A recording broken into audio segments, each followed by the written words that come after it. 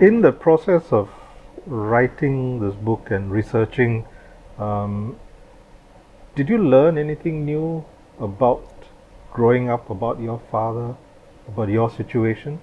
Yeah, I think, when you write, the things you say stand still, and you can start to examine them like that slow motion thing in some Sherlock Holmes movie where he starts to move the pieces around. So you can start to connect the incidences, the dots. Whether it's examining his life as a spy chief, things that happen in Indonesia or Singapore, relations with Indonesia, you can start to hypothesize what happened. In personal lives too, you can start to see connections and patterns that wasn't obvious before. Now, to be fair, I mean, in some ways, this is almost fictional because you're not quite assured that this is so-called fact. That if you stopped my father at that point in time, would he have seen this as his motivation? But I think that's about the best guesswork I can do, both based on factual research as well as kind of knowing him as best as a son can know a father. What was the process like for writing this book? Given the kind of subject matter you're getting into. Well, the secret stuff, I think, is all classified still. Singapore does not have a system where we declassify, but some countries do. So the UK and Australia do. So there were a few incidences where he had spoken and some diplomat from Australia or UK had recorded it, or what Bogas said. My father was there. So these have been so-called formal secrets that we put into the book. As I mentioned, there also, I guess, my guesswork. Knowing how roughly agencies work around the world, you can see the circumstances, the outcomes, and you can guess. And I've tried that several times. And there are also things I heard as a kid around the table. So-and-so came in from UK. He's normally thinking my mother, because my mother has met these people at a office function. They used to have, the secret agency of Singapore actually used to have a family day, I would call George Bogas Uncle George, Mr. Nathan, President Uncle Nathan when I was a kid. So you could hear this gossip around the table, not Mr. Nathan or Mr. Bogas, but so-and-so had some problems because he was thought to be too close to Malaysia or to mainland China, at that time communist and quite a threat to Singapore. Or the British, who also spied in Singapore. So that's the sort of my entry point to what I would call secrets. They're not a lot, and I haven't asked for access to secret documents in Singapore. I have not sought any clearance for the book because I respect that Singapore does not want to declassify. If I was given access somehow, I've spent a lot of time getting it cleared, which I didn't want to. My father had a massive heart attack after handling the Laju incident. And when he was retired, they found no government job for him. He was just sent off to the university to teach. He, as a son, I could see he wasn't happy. He had lost his sense of purpose. He had really, for a decade, done this job 24 hours a day. And the curtailment was started. Heart attack, retirement because of medical.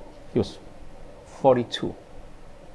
Sent off to university, which, I mean, IT university, I'm not there to grumble, but those days, university was pretty sleepier than today. It wasn't a world-ranked university. He wasn't happy. But the other parallel is that his former minister was there. It's a matter of factual record in Singapore that the former minister committed suicide. So the book touches on these very hard paths in life that many people face in different ways. The former minister, the former PermSec, my father and his former minister. But other people face it in different pathways too. So I'm not here to kid that aging, losing your job, losing your sense of purpose, these things, they're not trivial matters. There's no always a happy ending to one's life or therefore a book about one's life. Yep. One lucky thing though, my father's Life of Secrets was a complete juxtaposition to chapter 1, the Laju incident, the terrorist attack in Singapore. That was in so many newspapers that it became very easy to research as a matter of fact. And then just some contradictory facts that you pulled out, an emphasis. So, would this sit on fiction or non-fiction on the shelf? I think it's memoir. I mean, I'm a lawyer, so I've done as much research as I can. I love history, read books, but I'm not a historian. But trying to make out motivation, making a narrative, that's part of the lawyer's skill. Now, I would say as a think tank head, a lot about that worldview, about his trips and the politics of that region, our region in that time. That's my contribution as a sort of analyst. But the last part, fiction writer, I don't run away from it. If I had to guess things, I did as a writer. And frankly, the last chapter, for any historian, would be very sacrilegious. The last chapter basically had 3 conversations with my father and me. His words are pretty real. They're from a report he wrote for after a trip. But in that last chapter, he's 47 and I'm 47. So it's obviously an imaginary conversation. Carried out at 3 restaurants we used to go to, real ones like Banana Leaf or Polo. So it's about as real as I can get, but the actual conversation is, imagined, fictional. So I think there's a term called creative non-fiction. So most of it is non-fiction, but you are quite innovative or creative about how you put it together. Was there a reason for doing that? It was the only way to really get to who my father was. The more like the whole episodic experience, rather than just the facts and figures. This is a different kind of writing for you. I mean, considering your other books, you got novel. Well, you're right in the sense that I have maybe about 5 books as professor and sort of analyst of our region, and about 5 books of fiction. I've won a national prize and a regional prize for fiction, and this is kind of in between. The only thing I've done a bit like this was back in '95, I think, when I wrote about my time studying at Harvard. At that time, I was a student, master's student, but there was this sort of Asian values against America sort of debate, and the book Alien Asian, also published by Landmark, is kind of non-fiction, but my views based on a column I had in the Straits Times. Now, a bit different again because I'm much older and this is much more personal. But I'm happy to try and cross the streams. So fiction, non-fiction, when you're talking about secrets, you're talking about things when Singapore had no skyscrapers virtually.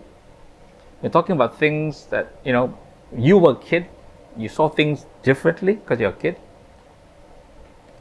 Is that fact or fiction? I think it's tough. If not for COVID, would Enigmas be out? I think not.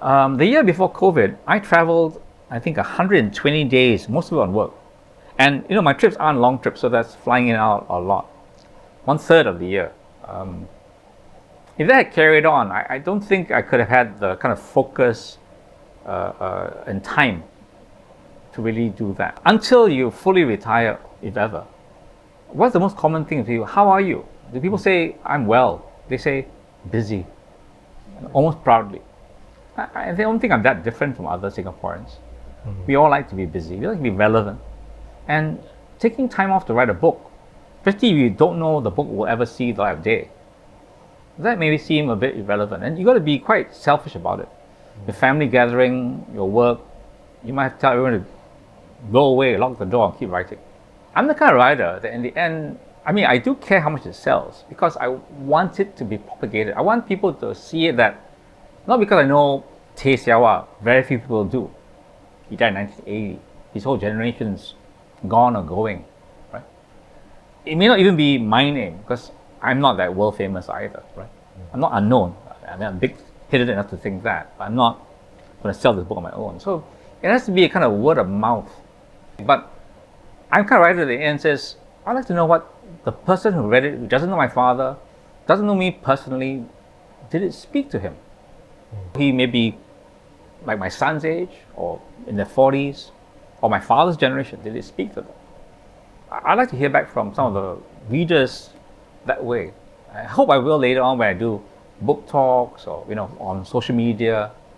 So bestseller list is great because it helps that process. One friend naughtily said to me, "You're out selling books by former ministers." Ooh, that could be dangerous. No, I'm joking. I'm sure they have no ego on that.